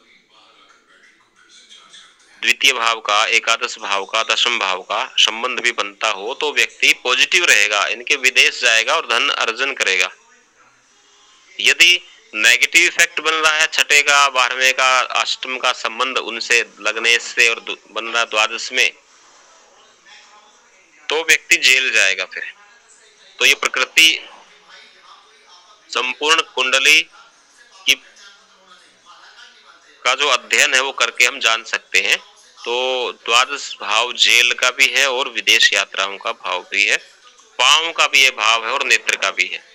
नेत्र और पांव में चोट लगने के योग बनेंगे यदि यहाँ क्रूर ग्रह बैठे हों, क्रूर ग्रहों की दृष्टियां हों, तो उस दशा अंतर्दशा में व्यक्ति को चोट लगने के, उन अंगों में विकृति होने के योग भी रहते हैं। तो ये 12 भावों का एक विश्लेषण हमने किया। अब इसमें विशेष योग की बात है तो 2-4 जो योग हैं, पराशर के जो योग हैं, उन पे हम चर्चा करते हैं। योग वैसे तो हर भाव को विचार करते हुए फिर बता रहे हैं कि 3 चीजें ध्यान रखें, भाव, भावेश और भाव कारक। भाव कैसा है, कैसे का अभिप्राय है कि भाव में राशि कैसी है, और भाव के दोनों ओर के भाव, पाप कर्तृ योग होता है, एक शुभ कर्तृ होता है, ये बहुत महत्वपूर्ण है। भाव के दोनों तरफ, जैसे लगन की बात कर रहे हैं तो 12वें भाव में और दूसरे भाव में यदि शुभ ग्रह हैं तो भाव शुभ कर्तृ योग में है, और दोनों में पाप ग्रह हैं तो भाव पाप कर्तृ योग में है। तो भाव मजबूत होना चाहिए। मजबूत कब होगा? जब वो शुभ कर्तृ योग में हो और भाव में शुभ ग्रह बैठे हो, शुभ ग्रहों की दृष्टि हो। दूसरा पॉइंट है भाव का स्वामी। भाव का स्वामी शुभ कब होता है? वो वही है उच्च राशि में, अपनी राशि में, अपने मित्र की राशि में हो और अस्त ना हो। अस्त का सीधा सा नियम है कि वो सूर्य के जितना नजदीक होगा डिग्री में उतना ही वो कमजोर होता चला जाएगा। तो सूर्य से डिग्री में वो कम से कम 7 डिग्री दूर हो। सीधा मोटा सा हिसाब है ये, 7 डिग्री। अलग अलग ग्रहों की अलग अलग डिग्रियां हैं, लेकिन 7 से ज्यादा नजदीक ना हो, तो अस्त ना हो। और ग्रह जो है ना भाव संधि में ना हो। भाव संधि, भावों को जब हम स्पष्ट करते हैं तो जो 2 भाव जुड़ते हैं जिस डिग्री पे, वहां पे वो ग्रह ना बैठा हो, दोनों के बीच में। तो ये भावेश की बात है। और कारक, हर भाव का एक कारक है। लगन का कारक सूर्य है, धन भाव का गुरु है, तीसरे भाव का मंगल है। तो वो कारक भी हमने देख रहे हैं, कारक भी मजबूत स्थिति में हो। तो जिस भाव के भाव, भावेश और भाव कारक तीनों घटक मजबूत हों, उस भाव का पूरा फल बच्चे को, जातक को जीवन में मिलेगा। जैसे पंचम भाव लेते हैं हम, पंचम भाव और पंचम भाव का स्वामी और पंचम भाव का कारक गुरु तीनों मजबूत हैं तो व्यक्ति को बल, व्यक्ति को विद्या, बुद्धि, संतान का पूरा सुख मिलेगा। यदि 2 घटक मजबूत हैं, एक कमजोर है, तो 66%, 2/3 अच्छा फल उसको मिलेगा। एक घटक ठीक है, 2 कमजोर है, तो व्यक्ति को उसका फल बहुत कम मिलेगा। उसको उपाय के द्वारा बढ़ाया जा सकता है। तीनों ही घटक कमजोर हैं तो असंभव है उस विषय का, उस भाव से जुड़े विषयों का फल जो है ना वो जातक को नहीं मिलेगा। तो ये सामान्य और आधारभूत यही नियम है। आपको भाव, भावेश, कारक और ग्रह, नक्षत्र, राशि, इनका स्वभाव वो अच्छे से याद करना है। राजयोग की बात करी पाराशर जी ने, फिर गवर्नमेंट जॉब या फिर मंत्री पद, वो परिवार के हिसाब से है कि यदि मंत्रियों के परिवार में है तो उसके आधे राजयोग तो उसके होते ही हैं, क्योंकि वो उस लेवल पर पहले ही खड़ा है। फिर भी ज्योतिष क्या कहता है कि केंद्र और त्रिकोण, इनके स्वामी केंद्र में आते हैं हमारे 1, 4, 7 और 10वां भाव, त्रिकोण में है 1, 5, 9। ये यदि संबंध बनाएं, संबंध कैसे हैं? 3 बताए मैंने मुख्य संबंध। एक दूसरे की राशि में होना, एक दूसरे को या फिर देखना, या दोनों एक साथ होना, तो व्यक्ति को राजयोग का फल मिलता है। शर्त यह है कि राजयोग भंग ना हो। राजयोग भंग कैसे होते हैं? कि ये योग 6, 8वें, 12वें में ना चला जाए, या इनके साथ 6, 8वें, 12वें का स्वामी आकर के ना बैठ जाए, तो वो राजयोग भंग हो जाता है। नहीं होगा, अच्छी जगह ये योग करते हैं, तो राजयोग का पूरा फल व्यक्ति को दशा अंतरदशाओं में मिलता है। और एक ही ग्रह यदि केंद्र का भी स्वामी है और त्रिकोण का भी है, तो वो विशेष योग कारक हो जाता है और अपनी दशा अंतरदशा में वो विशेष फल व्यक्ति को देता है। दशा अंतरदशा, अब ये देखेंगे कि ग्रह बैठे हैं, फल तभी देंगे वो जब दशा अंतरदशा आएगी। दशा अंतरदशा के मुख्य नियम, मुख्य रूल हैं। हर कुंडली में लगन के हिसाब से हर कुंडली में शुभ ग्रह और अशुभ ग्रह बांटे हुए हैं, लघु पाराशरी में भी और बृहत पाराशर होरा शास्त्र में भी। तो हम देख सकते हैं कि किस लगन के लिए कौन से ग्रह शुभ हैं, कौन से ग्रह योग कारक हैं, कौन से ग्रह मारक हैं, कौन से ग्रह अरिष्ट कारक हैं। उनकी दशा अंतरदशा में उनसे संबंध बनाने वाले वैसे ही गुणधर्मी ग्रह की अंतरदशा जब भी क्रॉस होगी, तो वो समय व्यक्ति के लिए हानिप्रद होगा। शुभ ग्रहों में शुभ ग्रह की दशा अंतरदशा क्रॉस होगी तो वो लाभदायक रहेगा। ये सीधा सा एक रूल है। दूसरा रूल दशा में कि आपस में जो दशा अंतरदशा के स्वामी हैं वो 6, 8वें, 12वें के स्वामी ना हो, या द्विर्द्वादश बोलते हैं, एक दूसरे से दूसरे 12वें ना हो। तो ये जरूर ध्यान रखें। जैसे लगन का स्वामी, उसकी दशा जब चले तो उस लगन के स्वामी की दशा में छठे के स्वामी की अंतरदशा शुभ कारक नहीं रहेगी, या लगन के स्वामी की दशा में 12वें में जो बैठा है उसकी दशा शुभ कारक नहीं रहेगी। परस्पर एक दूसरे से दूसरे 12वें या 6, 8वें ना हो। तो ये विशेष दशा के विशेष रूल यही है। बाकी ग्रह की प्रकृति कैसी है, इफेक्ट क्या देगा, वो वर्तमान में जो 3 दशाएं काम करती है वो ध्यान रखेंगे, दशा, अंतरदशा और प्रत्यंतर दशा। उसके साथ हम गोचर का प्रयोग कर लें, सूक्ष्म और प्राण दशा को छोड़ दें, गोचर को हम लेके चलेंगे, दशा, अंतरदशा, प्रत्यंतर दशा और गोचर। तो गोचर जब अलाउ करेगा, गोचर में भी संकेत प्राप्त होंगे, तब वो घटना घटेगी। और दशा अंतरदशा नेगेटिव है और प्रत्यंतर दशा पॉजिटिव है तो बचाव रहेगा। जब तीनों ही नेगेटिव हो जाएंगी तो व्यक्ति को जोखिम में जाना पड़ेगा, हॉस्पिटल में एडमिट होना पड़ेगा, तीनों ही नेगेटिव हो जाएंगी तो, और गोचर भी साथ में, और या मुकदमे में, या जहां भी आप कहें जोखिम शब्द है, तो जोखिम का अभिप्राय यही है कि उसको तीनों लेवल पर यदि नकारात्मक समय है और गोचर भी सकारात्मक नहीं है तो व्यक्ति चारों ओर से घिर जाएगा। और उपाय की अब हम बात कर लेते हैं। उपाय को समझना बेहद जरूरी है। कई बार मैंने पहले बताया था कि कुंडली बताती है कुछ और ऐसा परिणाम मिल नहीं रहा, तो इसमें हमें विचलित होने की जरूरत नहीं है। 10 में से एक आध केस ऐसा आता है कि कुंडली कुछ कहती है, रिजल्ट कुछ है, तो उसमें कई चीजें काम करती हैं। ज्योतिष में कहते हैं कि अच्छे आचरण वाले व्यक्ति को बुरे ग्रह बुरा प्रभाव नहीं देते, ऐसा भी लिखा है ग्रंथों में।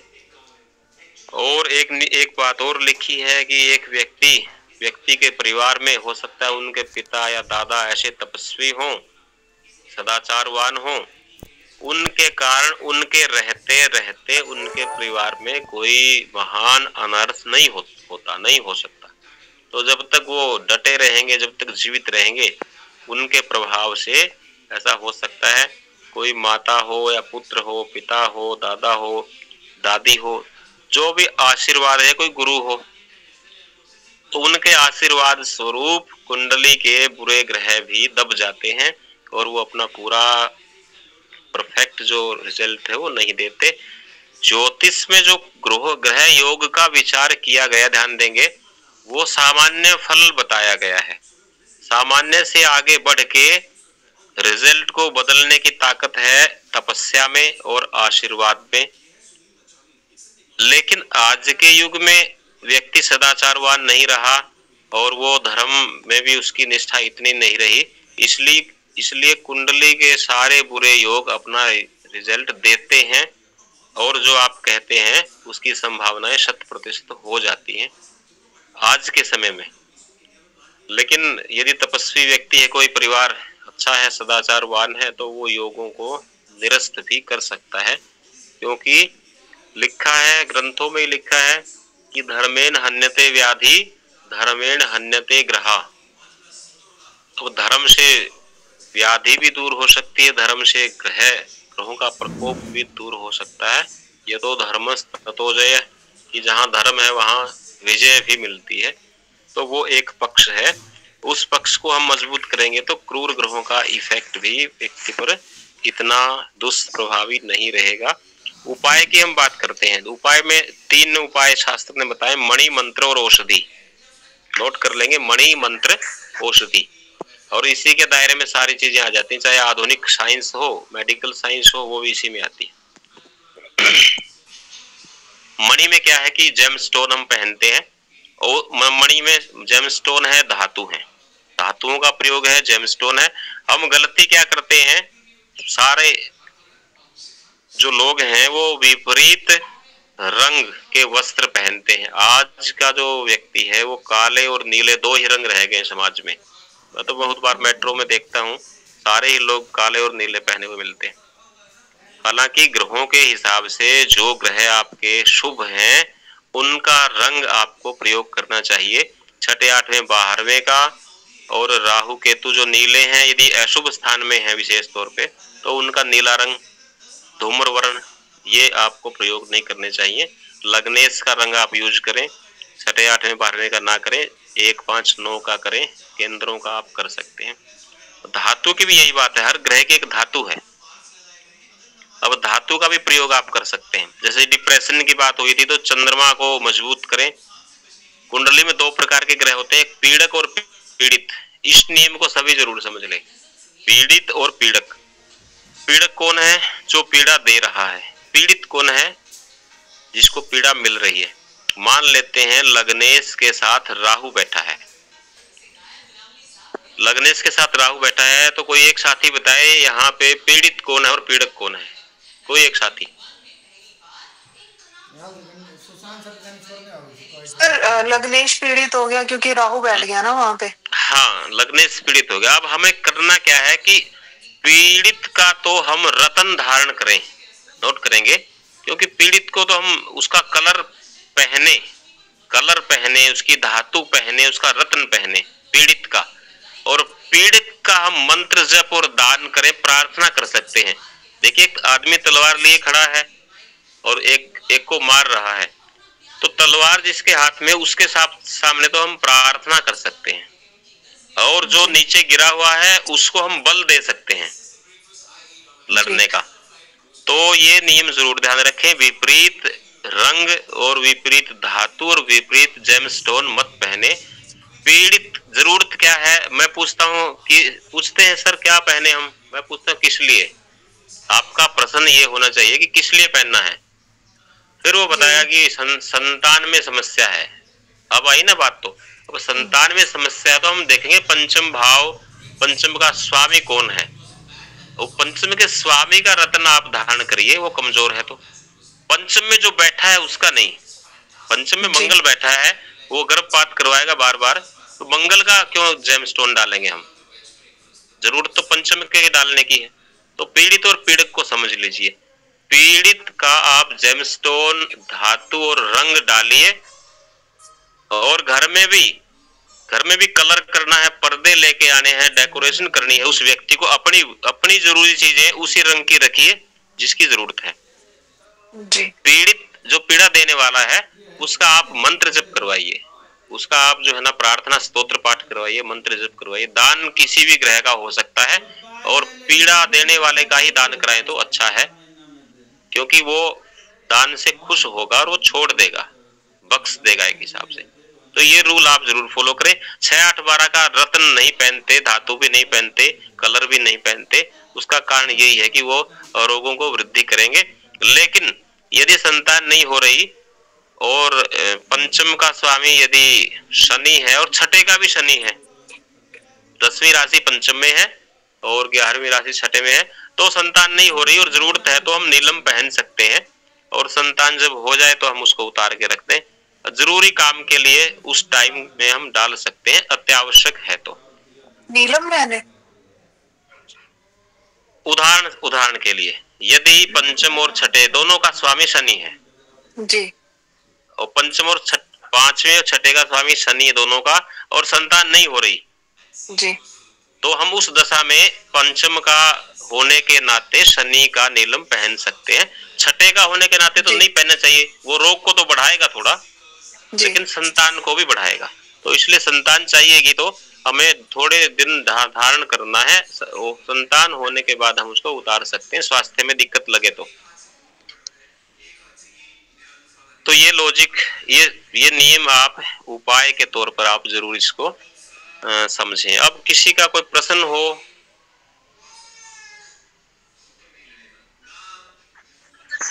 ये लगन में गुरु केतु चंद्रमा है, क्या वो शुभ है? और चौथे में मंगल और शनि, लगन है मेघ जी। देखिए, एक तो अपनी जो, हाँ जी, ये माइक आप बंद करें एक बार। आचार्य जी, मैं पूछना चाह रहा था कि नाम राशि और जन्म राशि का कोई फर्क पड़ता है व्यक्ति विशेष पे? हाँ जी बिल्कुल, एक बार माइक बंद करें। पहले वाले साथी का मैं उत्तर दे देता हूँ। लगन में अब सारे के सारे भावों का जो नियम है, मेरा प्रश्न था व्यक्ति का। हाँ जी, पहले 2 प्रश्न हो चुके हैं, एक बार उनका आप समाधान समझे। पहला जो प्रश्न साथी ने किया था कि लगन में गुरु है केतु है, ये चीजें आप जो है ना अपनी कुंडली को जो नियम मैंने बताए हैं उस हिसाब से फॉलो करके देखिए कि क्या सही है, और सही नहीं है तो क्यों सही नहीं है, तो उस हिसाब से ही आप टैली कर पाएंगे। वो तो क्लियर हो जाना चाहिए आपको कि गुरु वहां अपनी राशि में है, मित्र राशि में है, उच्च राशि में है, तो गुरु सही है। गुरु किसी हिसाब से लगन में बुरा नहीं है। केतु सही नहीं है, केतु सही नहीं है क्योंकि केतु है लगन में तो सप्तम में राहु जाएगा, और परस्पर जो वैवाहिक सुख है वो कम होगा, और व्यक्ति जो है ना दुविधा में भी रहेगा, स्वास्थ्य भी उसका डाउन होगा। तो वो चीजें तो यही रूल हैं जो हमने आज सीखे हैं, इससे आप टैली कर सकते हैं। दूसरा प्रश्न था नाम राशि और जन्म राशि। देखिए, जन्म राशि और नाम राशि में बहुत से काफी चीजें हैं जो जन्म राशि से विचार करते हैं, काफी चीजें हैं जो नाम राशि से हैं। शास्त्र में दोनों अलग अलग बांटी हुई हैं कि आप इन चीजों का विचार जन्म राशि से करें और इनका नाम राशि से करें। तो ये कोई ऐसा उलझन का प्रश्न है नहीं, वो आपको पंचांग में और ग्रंथों में मिल भी जाएगा, और बाद में सुनील जी से मेरा नंबर ले लेंगे तो कुछ महत्वपूर्ण चीजें उस पर भेज दी जाएंगी आपको। सर मेरा एक क्वेश्चन है, जैसे आपने बताया था कि 9th हाउस से हम पता करते हैं कि वो क्या उसके प्रारब्ध क्या है। हाँ जी, तो अगर जैसे 9th हाउस में जो है वो कोई ग्रह ही नहीं अगर उसमें बैठा है तो, और राशि जी, 9th का देखो भाव है, भाव में कोई ग्रह नहीं है। भाव पे दृष्टि देखिए और भाव का स्वामी देखिए कौन है और कहाँ बैठा है वो। सर जैसे भाव में मीन राशि है लेकिन ग्रह कोई नहीं बैठा है। मीन राशि का जो गुरु है, हाँ जी, वो पहले घर में अगर बैठा है तो बहुत बढ़िया है। मैंने बताया था अभी कि लगन और पंचम और नवम तीनों में गुरु कहीं भी हो, है ना, तो गुरु सीधा आपको पंचम को देख रहा है और नवम को भी देख रहा है। तो संतान से जुड़ी चिंताएं तो दे सकता है, लेकिन एक सामाजिक व्यक्तित्व बनाता है गुरु, है ना। सर मेरा एक क्वेश्चन और है सर। मैंने जैसे आपने बताया था कि केतु बुध और केतु और गुरु मोक्ष और सतगति देता है, लेकिन मैंने पढ़ा है सर केतु और सूर्य भी अगर साथ में बैठे हुए हैं और 2nd हाउस में अगर जो शुक्र है वो अगर बैठा हुआ है तो भी मोक्ष मिलता है, और आने वाले टाइम में मतलब वो बैकुंठ धाम जाता है। क्या ऐसा? अच्छा, नहीं, ऐसा कहीं नहीं पढ़ा मैंने। आप पढ़ने का अभिप्राय लेंगे कि संस्कृत के ग्रंथों में लिखा हो, एक तो हिंदी में नहीं। जी जी, ये चीज रेफर जरूर करेगा कि आप किस ग्रंथ से बोल रहे हैं। दूसरा यह है कि युति की बात नहीं हो रही वहां, बाहरवे में बैठा बुध, बाहरवे में बैठा केतु। जी गुरु जी, गज केसरी योग का केंद्र में ही बनता है या और भाव में ही बन सकता है? और दूसरे ग्रह अगर इनके साथ बैठे हैं तो क्या कैंसिल हो जाता है? हाँ बिल्कुल, देखिए कि जो गज केसरी योग है वो केंद्र में ही बनता है। दूसरा क्या है कि दूसरे ग्रह बैठेंगे तो इफेक्ट तो डालेंगे ही।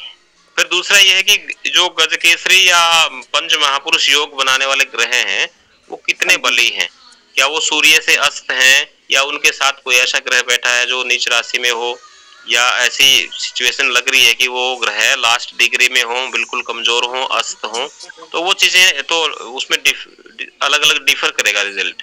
दूसरे घर में गुरुजी चंद्रमा और सर मेरा एक क्वेश्चन है कि अगर जैसे जो हाँ जी सर, एक का पूरा होने दे पहले भाई साहब बोल। दूसरे घर में चंद्रमा और गुरु बैठे हैं तो गज केसरी योग माना जाएगा नहीं माना जाएगा चंद्र कुंडली के अनुसार? नहीं, चंद्र कुंड ऐसा है जो लगन कुंडली है ना, यदि लगन मजबूत है तो लगन कुंडली इफेक्ट रहेगी, है ना। और चंद्रमा मजबूत है, चंद्र कुंडली इफेक्ट रहेगी। अच्छा है, फिर भी बुरा नहीं है, अच्छी स्थान पे है, अच्छी युति है। मीन लगन है गुरुजी और दूसरे घर में गुरु और चंद्रमा बैठे हैं। नहीं समझ गया मैं। नहीं, गज केसरी केवल लग्न कुंडली से ही देखते हैं हम योग, लेकिन गुरु और चंद्रमा की युति होना अच्छा है, मतलब अच्छी पोजीशन है, कोई बात नहीं, अच्छी जगह है। सर गोचर जो देखा जाता है वो चंद्र कुंडली से देखा जाता है या लगन कुंडली से देखा जाता है? दोनों से। सर जैसे अब सर एक क्वेश्चन है मेरा, मतलब इसमें बड़ी अजीब सी सिचुएशन है कि भी अगर सिंह लगन हो और उसके 7वें भाव में मतलब कुंभ राशि बन गई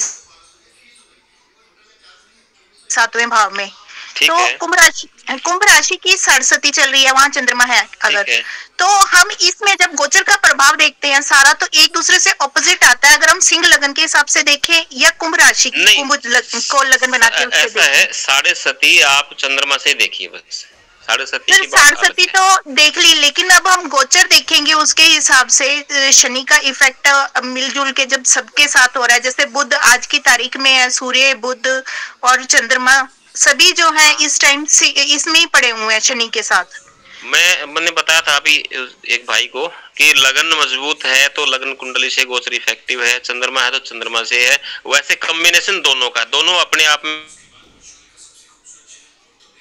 आजाद कुंडलियां हैं, है ना, तो ऐसी बात नहीं है। लेकिन आप ये देखें कि इफेक्ट ज्यादा और सर इसमें जैसे अब शनि का तो यहाँ से अगर हम सरस्वती देखें तो तीसरा चरण शुरू हो जाता है 29 मार्च से, और अगर हम जो है ढैया देखें तो सिंह के ऊपर ढैया आ रही है 29 मार्च से, तो दोनों का रहेगा। और एक और बात मान लें आप कि जो सरस्वती है या जो भी है उसमें आपको ज्यादा भयभीत होने की आवश्यकता नहीं है। यदि आपका शनि पॉजिटिव है कुंडली में, शनि यदि पॉजिटिव है तो कोई बात नहीं, वैसे भी शनि पॉजिटिव का मतलब समझ रहे हैं आप, शनि आपका योग कारक है। हाँ जी, शनि अगर 11वें भाव में है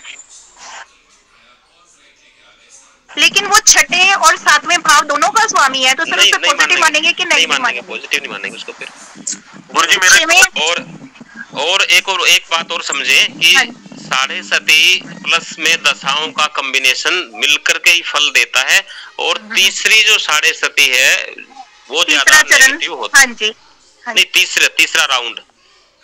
हाँ जी तीसरा राउंड, ठीक है समझ गई मैं। एक 30 साल पहले आई थी, एक उससे पहले आई होगी, तो उस हिसाब से तो वो ज्यादा नेगेटिव होता है, और साथ में दशाओं का कॉम्बिनेशन भी जरूरी है। गुरुजी मेरा एक प्रश्न था। हाँ जी बताइए। धनु लगन है, ठीक है, और 12वें भाव में बृहस्पति और केतु की युति है, और अष्टम में सूर्य और मंगल की युति है, और नवम में बुध और शुक्र की युति है, और दशम में चंद्रमा है, और एकादश में शनि है। ठीक है। तो इससे क्या इसकी कुछ मतलब एक क्रक्स निकाल के आए कि इसमें से ये जातक क्या है, मतलब इसके जीवन में क्या हो सकता है? देखिए, आप जो है ना, जो नियम आज हमने डिस्कस किए हैं, आप उनको लागू करके और अपने आप निकालिए और फिर देखिए कि कहाँ डाउट हो रहा है। जैसे बिल्कुल आप केतु और केतु और गुरु 12वें में केतु और गुरु मृत्यु के बाद की सदगति का बताते हैं, ठीक है ना जी, तो वो क्लियर है। दूसरा, गुरु को हम लेंगे, गुरु जो है ना शुभ कार्यों पर खर्च करवाता है 12वें में, और केतु को लेंगे, केतु भी नई योजनाओं में या फिर अपनी जिज्ञासाओं को पूरी करने में खर्च करवाता है जी। तो ये हम एक एक चीज देखेंगे, एक एक चीज। अष्टम में मंगल और सूर्य किस राशि में है? राशि नहीं पता, समझिए। लगन क्या है? लगन धनु लगन है। तो 9, 10, 11, 12, 13, 12, 1, 2, 3, चंद्रमा 4 कर्क राशि में है। कौन कौन है? सूर्य और मंगल। देखिए, मंगल नीच राशि में हो गया तो अच्छा नहीं है। आप जो है ना व्हीकल वगैरह थोड़ा ध्यान से चलाएं, क्योंकि अष्टम में नीच राशि में मंगल है और सूर्य भी उसके प्रभाव को बढ़ा रहा है ना जी। तो इसलिए वो अच्छे नहीं है के हिसाब से, दोनों ही क्रूर प्रकृति के हैं। तो गर्म भोजन ना खाएं, क्योंकि रोग भी देते हैं वहां पे वो जी, और नेत्र रोग देंगे ही जी, वो तो हो ही रहे जी। और नवम भाव में बुध और शुक्र। नवम में बुध शुक्र हो गया आपके सिंह राशि में। तो देखिए, नवम में बुध ठीक है, कोई दिक्कत नहीं। सिंह गुरु की ही राशि नहीं, सिंह राशि है बुध की। और दूसरा कौन है? शुक्र जी।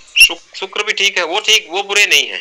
देखिए, क्रूर ग्रह एक साथ बैठे और जहां बैठे वहां से संबंधित समस्याएं हमें देते हैं। शुभ ग्रह कहीं भी बैठेंगे कोई दिक्कत वो देते नहीं ज्यादा, वो अच्छा रहता है, उसमें कोई बुराई नहीं।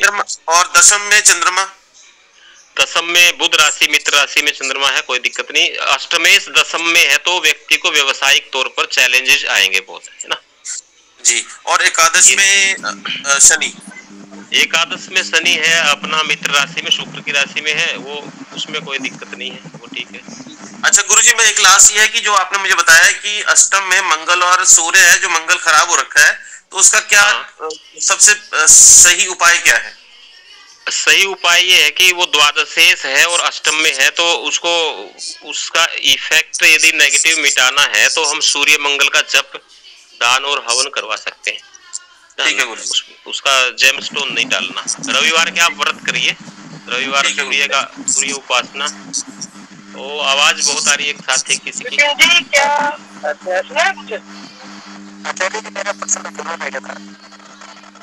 हाँ जी, आवाज काफी आ रही है किसी की बैकग्राउंड से। आप थोड़ा सा बाहर आकर, भवन से बाहर आकर पूछिए, आपकी आवाज गूंज रही है।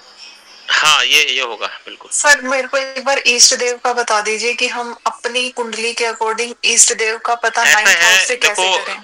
मैं बताता हूँ, इष्ट देव पे बहुत डाउट आते हैं। पहले तो ये देखिए कि आपका मन कहाँ झुकता है, बस जी क्लियर सी है। सब देवता एक ही हैं।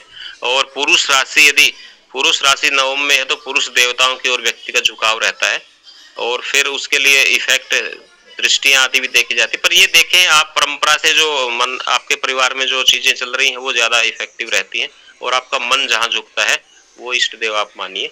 बाकी काफी श्रम साध्य उत्तर है इसका, डीपली हम देखेंगे तो फिर भी यही देखेंगे मन जहाँ झुकता है ना, वही आप इष्ट देव माने, कोई दिक्कत नहीं। जी, थैंक यू सर। अच्छा, कुछ चीजें और मैं दो चीजें मैं बताना चाहूंगा। एक बार माइक बंद करें वो साथी, वो उनकी आवाज सही नहीं आ रही। देखिए, एक तो आप रिसर्च करिए। सबसे बड़ी बात क्या है कि मैंने लगभग 100 ज्योतिषीय शिविर लगाए हैं, आवासीय भी और ऑनलाइन भी लगाता हूं मैं। और रिसर्च की बहुत कमी है, थोड़ा सीखा और आगे बढ़ गए। आपको लोग 15-20 साल बाद भी मिलते हैं, वो ये कहते हैं कि आपने बताया था वो बिल्कुल सही था। एक तो आप परिवेश पे ना जाएं कि सामने वाला गाड़ी में आया है और ऐसा लग रहा है कि अच्छा होगा, और आप उस हिसाब से फलादेश मत करें। यानी कि साइकोलॉजी को नया अपना करके कुंडली जो कह रही है ना, वैसा आप करिए। सिद्धांतों पे निष्ठा रखिए। इष्ट देव और इष्ट काल दोनों क्लियर होने चाहिए आपके ज्योतिषी के। इष्ट देव का मतलब है कि हमारा आचरण अच्छा हो और हम जब तब भी करें, ताकि इष्ट देव का इफेक्ट हमारे ऊपर रहे, आशीर्वाद बना रहे। और इष्ट काल का मतलब है कि आपकी जो कैलकुलेशन है शुद्ध होनी चाहिए और वो भी आपकी क्लियर हो। तो ये दोनों चीजें मिलकर के काम करेंगी ज्योतिष में। और आप साइकोलॉजी का सहारा ना लेकर के कुंडली जो बोल रही है और जैसा आपको लग रहा है, सामने वाला संतुष्ट हो ना हो इससे कोई मतलब नहीं हमें, लेकिन आप बेसिक जो नियम है उसके हिसाब से प्रैक्टिस करिए और रिसर्च जरूर करिए। दो बातें बताना चाहूंगा मैं आपको। सुखदेव चतुर्वेदी जी अब नहीं रहे, तो वो वाइवा उन्होंने मेरा लिया था एक बार। एक तो संस्कृत बोलना सीखिए, आप संस्कृत पढ़ना सीखिए, ग्रंथों में जो लिखा है उसकी एक्सप्लेनेशन होके आती है तो काफी अंतर आ जाता है। तो बेसिक संस्कृत आपको आनी चाहिए। उन्होंने वाइवा लिया था, संस्कृत में वो बोल रहे थे और 10 आदमी थे हम। 10 आदमी 10 के 10 निराश लौट रहे थे क्योंकि वो संस्कृत में पूछ रहे थे, वो संस्कृत में बता नहीं पा रहे थे।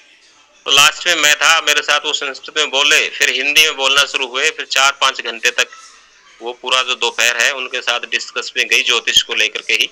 तो यही बात निकल के आई। और कुछ साथी मुझे साउथ के मिले, वो सीधा पूछते हैं कि आपकी कमांड किस हाउस पे है, यानी कि वो एक बोले कि मैंने तो कहा कि सब पे है, बोले कि नहीं हमारी तरफ तो एक्सपर्ट है, कोई संतान का एक्सपर्ट है और कोई व्यवसाय का।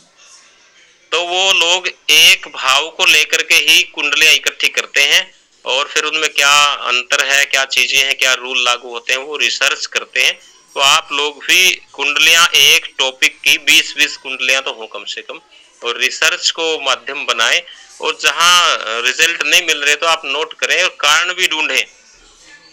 पिछले 15-20 साल में मैंने भृगु संहिता, एक ग्रंथ है, सब कहते हैं भृगु संहिता में ये लिखा वो लिखा, मैंने 15-20 पांडुलिपियां एकत्रित करी और उनमें जो कुंडलियां दी हैं, कुंडलियों के साथ श्लोक भी दिए हैं। श्लोक कैसे, पंचम भावे यदा राहु संतान हानि करह सदा। तो ऐसे जो श्लोक लिखे कि पंचम भाव में राहु होगा तो संतान हानि करेगा ही।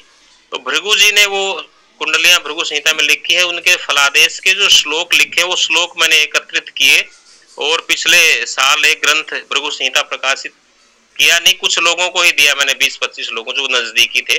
रिसर्च है, वो रिसर्च ग्रंथ है। और वो ग्रंथ एक वकील के पास गया मेरा, और वकील का फोन आया कि मैंने उस ग्रंथ के आधार पर कुंडली टैली करी मेरे परिवार की। तो वो कुंडलियां नाड़ी ज्योतिष में जो अंगूठे की छाप से जो रिजल्ट बताते हैं कि वो सेम मैच कर रहा है आपका, आप उस ग्रंथ के आधार पे, और जो साउथ में जो नाड़ी ज्योतिष है उससे जो फलित प्राप्त हुआ। तो ये है कि रिसर्च आप करोगे तो वो चीजें निकल के भी सामने आएंगी। दूसरा, भृगु संहिता एक मुझे प्राप्त हुई जिसमें 2 पेज का हर व्यक्ति का फलादेश लिखा हुआ, भृगु जी का ही, हर व्यक्ति का सन 1900 से लेके और 2050 तक के जो जातक होंगे। और उसमें मात्र 1200 कुंडलियां हैं, यानी कि 1200 कुंडलियां ही टाइमली रिपीट हो रही हैं, जो लगभग 70-80% तक इफेक्टिव फलादेश उसमें लिखा हुआ हर व्यक्ति का। तो रिसर्च आप करेंगे, कुंडलियां लें, डाटा इकट्ठा करें, उनको डालें और रूल के हिसाब से देखें। और फिर ये देखें कि सामने वाला जो है ना अपंग है तो क्यों है, और किस उम्र में हो गया, क्यों हो गया, ऐसा हुआ क्यों, शादी टूट गई तो क्यों टूट गई, क्या कारण हो सकता है, किन दशा अंतर दशाओं में टूटी, तो उसको आप नोट करेंगे।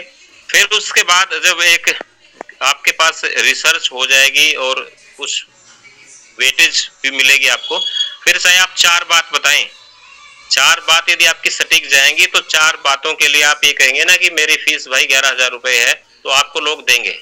आपको पता है कि शास्त्री जी ने बता दिया ना, तो ये संतान होगी ही, और लड़का है तो लड़का ही होगा, और जॉब हो जाएगी 2025 में, हो जाएगी 30 में। आप जो बताएंगे 4 बातें बताए, लोग 4 ही बात पूछते हैं, शादी होगी कि नहीं, संतान होगी कि नहीं, जॉब कब होगी, 2-4 चीजें हैं। तो उस चीज पे आप रिसर्च जरूर करें, रिसर्च करो और अपने नोट्स तैयार करो। ग्रंथ में बताने की बात कर रहा था, ग्रंथ आप नोट कर ले, सर्वार्थ चिंतामणि ग्रंथ है, सर्वार्थ चिंतामणि साउथ का है, और एक बृहद जातकम।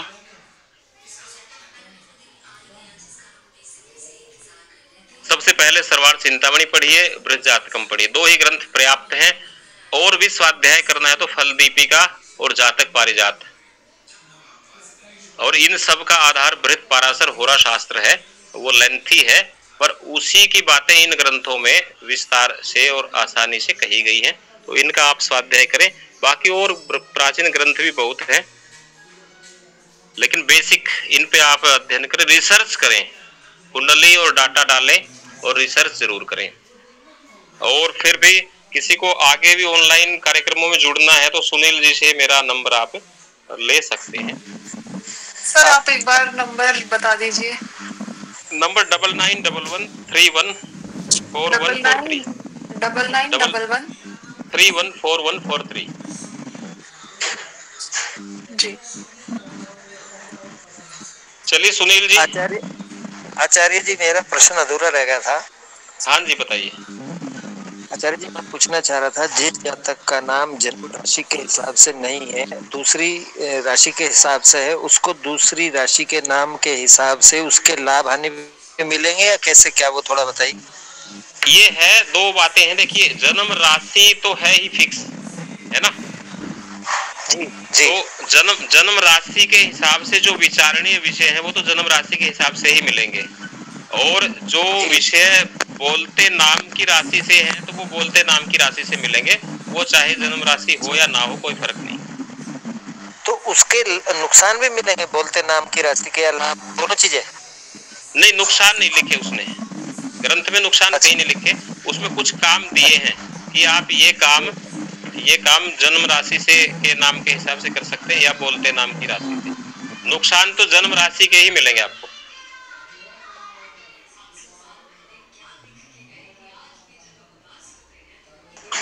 बोलते नाम की राशि के नुकसान नहीं मिला आचार्य जिसमें?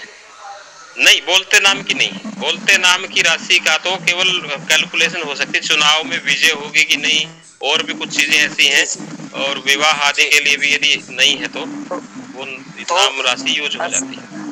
असली और महत्वपूर्ण जन्म राशि है। हाँ, महत्व जन्म राशि का ही है, गोचर भी जन्म राशि का ही है।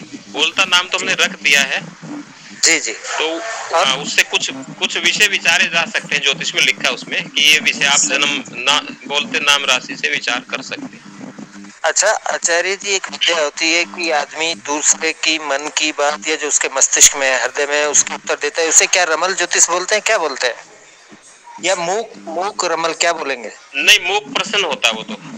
अच्छा। तो जो प्रश्न शास्त्र के हमारे ग्रंथ है ना जी, तो प्रश्न शास्त्र में केरल प्रश्न ज्योतिष का है वो विषय वैसे जी, और उसमें जो है ना स्वर विज्ञान के आधार पर वो बताते हैं। और जन्म प्रश्न कुंडली में भी चंद्रमा जहाँ बैठा है और जिस राशि में बैठा, धातु मूल जीव के हिसाब से, धातु चिंता है, मूल चिंता है, जीव चिंता है, और बाकी ग्रह भी कहाँ बैठे हैं, तो वो डीप कैलकुलेशन है। यानी कि गुरुजी जो पुस्तकें आपने बताई दोबारा से बता देंगे? एक तो है सर्वार्थ चिंतामणि, और फिर है दूसरा बृहद जातक। बृहद जातक पे आप लेंगे भट्टोत्पली व्याख्या, संस्कृत में है टीका, भट्टोत्पली टीका, और फल दीपिका और जातक पारिजात।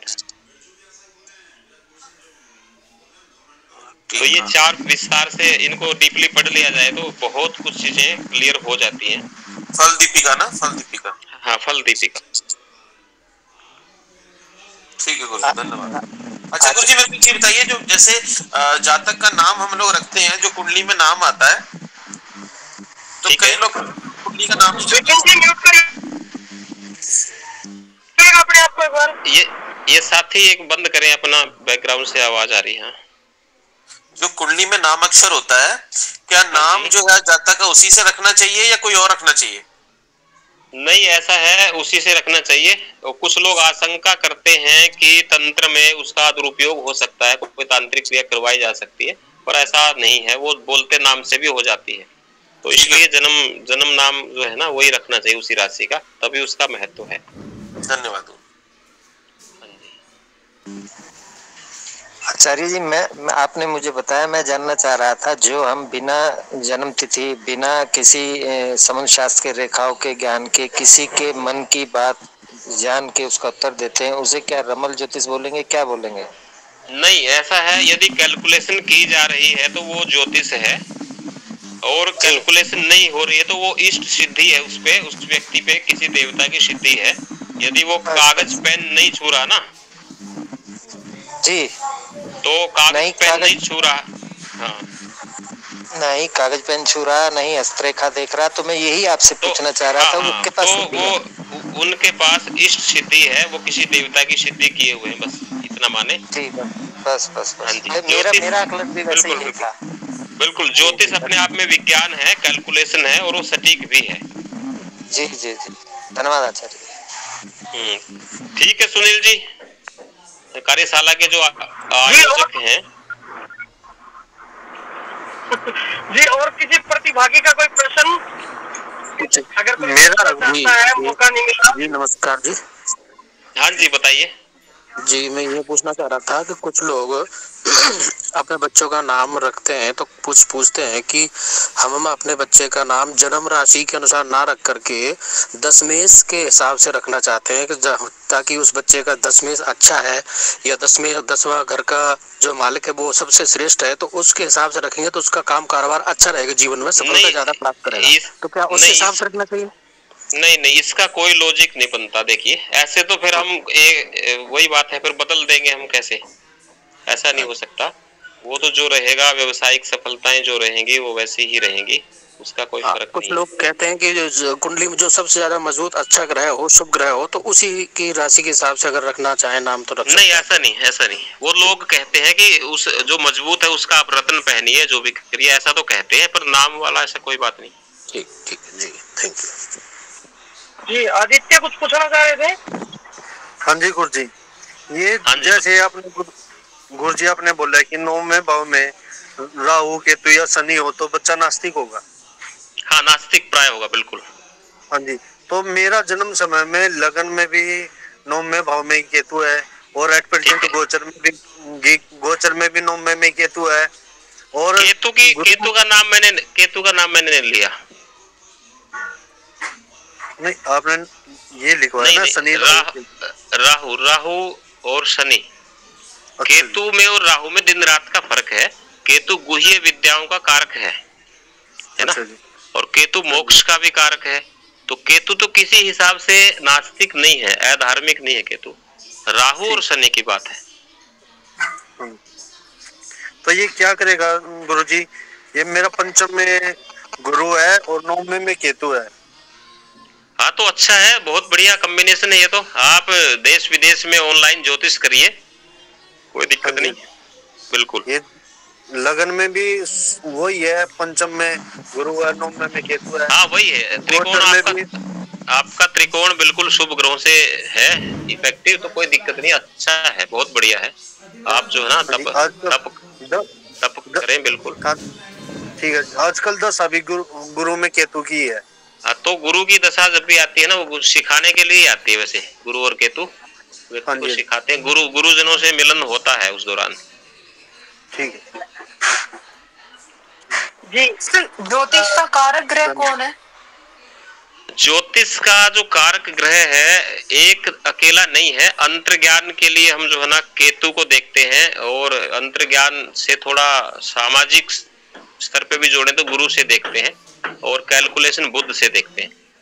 तो तीनों का या तीनों में से किसी एक का संबंध दूसरे भाव से हो जाना, दूसरे या 10वें से, तो ज्यादा ज्योतिष के ज्यादा योग बनाता है। जी, संभवतः सभी के प्रश्न आ चुके हैं। एक छोटा सा प्रश्न है आचार्य जी। हाँ जी बताइए। आचार्य, स्वर विज्ञान के लिए कौन सा पुस्तक ठीक रहेगा?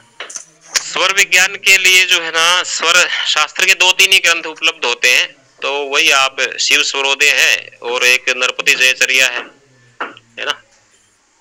तो ये हाँ तंत्र ग्रंथ हैं, तो आप इनका अध्ययन स्वाध्याय करें। और जो आचार्य चरण कहीं प्राप्त हो इन ग्रंथों को पढ़ाने के लिए, इनमें चक्र दिए हैं, जो 43वें चक्र है, यामल ग्रंथों से लिए हैं, तो उनका आप आश्रय लें तो वो ठीक रहेगा। शिव स्वरोदय और नरपति जयचर्या। धन्यवाद। अच्छा, ये कुल मिला के क्लास कैसी आपको लगी? आप ये जरूर बताएं, कुछ समझ में आया नहीं है? लगी है, बहुत मतलब नॉलेजेबल रही है, बहुत अच्छी है सर। आचार्य जी बहुत अच्छी आपकी पकड़ है ज्योतिष शास्त्र पे, बहुत अच्छी आपने क्लास दी। बहुत अद्भुत आपकी क्लास रही जी, बहुत बहुत शुक्रिया जी। सर अगर कोई नोट्स आप प्रोवाइड करवा सकते हैं आयोजकों का प्लीज आप करवा दीजिए। कोई बात नहीं, वो देखते हैं। आयोजकों का हम धन्यवाद करें मिलके कि उन्होंने इतना अच्छा मंच दिया है। सुनील जी। जी बिल्कुल सर। जी गुरु जी, ये तो आपका बड़प्पन है। ये हमारा परम सौभाग्य रहा कि आप जैसे ज्योतिष शास्त्र के और साधना के साधक हमें इस मंच पर उपलब्ध हो पाए। तो संभवतः सभी के प्रश्न हैं, जो रह भी गए हैं तो वो संपर्क बाद में कर सकते हैं। कोई जिज्ञासा है आजीवन, कोई डाउट लगे, कोई डिस्कस का कोई विषय हो, और एक बार सभी म्यूट करेंगे अपने आप को। अब हम इस कक्षा को अवसान की तरफ लेकर चल रहे हैं। आदरणीय डॉक्टर कृष्ण चंद्र शास्त्री जी ने बहुत ही विशद, और सबसे बड़ी बात होती है कि आज जितने भी हमारे प्रश्न हमारे प्रतिभागियों ने किए उनका बड़ा विशद आपने उत्तर दिया, और उनको व्यवहारिक जीवन में ज्योतिष के शास्त्र के अवलोकन में जो जो समस्या आ रही थी, संभवतः सभी ने अपने अपनी कुंडलियों की चर्चा कर ली, तो उसका भी बड़ा विस्तृत आपने उदाहरण सहित बताया। मैं आशा करता हूं कि लगभग सभी की शंकाओं का उचित समाधान इस मंच से हुआ है। तो मैं आदरणीय डॉक्टर कृष्ण चंद्र शास्त्री जी का इस मंच की तरफ से, प्रतिभागियों की तरफ से और महाविद्यालय की तरफ से हार्दिक अभिनंदन करता हूं, धन्यवाद करता हूं कि उन्होंने हमारा एक निवेदन, मैंने सिर्फ कॉल की थी, गुरुजी की बड़ी व्यस्तता रहती है, उन्हें कॉल किया गुरुजी ऐसे ऐसे कार्यक्रम और आपको जोड़ना चाह रहे हैं। क्योंकि कई बार क्या होता है कि कुछ जो पद होते हैं ना वो व्यक्तियों से सुशोभित होते हैं। तो आचार्य जी एक इस तरह की प्रतिभा है कि जो एक संसाधक का पद था इस कार्यशाला में, वो इनके आने से वो जिस प्रकार से फलीभूत हुआ संभवतः किसी और से नहीं हो सकता था। तो हम भविष्य में भी आपके साथ जुड़े रहेंगे धीरे धीरे। गुरुजी मेरा ज्योतिष का क्षेत्र नहीं है, मैं साहित्य का विद्यार्थी हूँ, लेकिन मुझे अब इस कार्यशाला से ये चीजें समझ में आ रही है कि ज्योतिष में लोगों की इतनी अपेक्षाएं होती हैं, इतना लोग सीखना चाहते हैं और उनको मंच नहीं मिल पाता है। तो महाविद्यालय की तरफ से प्रयास करेंगे कि समय समय पर हमारे यहाँ ज्योतिष आचार्य भी चलती है और ज्योतिष डिप्लोमा भी चलता है 1 साल का। तो इन विद्यार्थियों के बहाने ही हम समय समय पर आप जैसे जो महानुभाव है उनको जोड़ते रहेंगे, चाहे ऑनलाइन या ऑफलाइन माध्यम से, और इस तरह के कार्यक्रमों का आयोजन कराते रहेंगे। गुरुजी आपका बहुत बहुत आभार, बहुत बहुत आभार, बहुत बहुत धन्यवाद महाविद्यालय की ओर से, समस्त प्रतिभागियों की ओर से धन्यवाद। धन्यवाद मंच संचालकों का भी और आयोजकों का भी मैं धन्यवाद करता हूँ। और ऐसे कार्यक्रम, देखिए एक छोटी सी बात बताता हूँ, उड़िया बाबा जी को बोले कोई, उड़िया बाबा जी जो है ना अपने आश्रम में भंडारा देते थे और अनेक साधु लोग वहां आके बैठते थे। तो उनका एक आश्रम का एक सेवक बोला कि गुरुजी क्या आप इतना पैसा खर्च करते हो इन लोगों पे, जबकि ये लोग इस लायक नहीं है, आप भंडारा देते हो, इतने लोग आते हैं, ये साधु भी नहीं है हकीकत में, ये वैसे ही वेश धारण किए हुए हैं। तो उन्होंने कहा कि देखिए आप कौवों को दाना डालना शुरू करिए, कभी हंस और कभी परमहंस भी आ जाया करेंगे, कि आप डालना तो शुरू करें। कौवों को डाल रहे हैं, कभी कबूतर भी आएंगे, मोर भी आएंगे, हंस परमहंस भी आ जाएंगे। तो ये मंच दिया जा रहा है, मंच पे ऐसा वक्ता कभी न कभी कोई न कोई सुनने को मिलता ही रहेगा। हमें भी साउथ से भी लोग जुड़ेंगे, तो ये कार्यशाला लंबी चले और प्रतिवर्ष चले, ऐसी मैं उम्मीद करता हूँ। जी जी जी गुरु जी, बिल्कुल बिल्कुल बिल्कुल जी, आपका बहुत बहुत आभार, धन्यवाद। अब हम इस कार्यशाला को समापन करते हैं। आप सभी का बहुत बहुत धन्यवाद, आभार। हम सभी प्रस्थान कर सकते हैं। धन्यवाद। धन्यवाद आचार्य। धन्यवाद गुरु जी। धन्यवाद सर। सुनील जी शास्त्री जी को बहुत बहुत धन्यवाद जी। धन्यवाद जी, धन्यवाद। धन्यवाद सर, प्रणाम जी।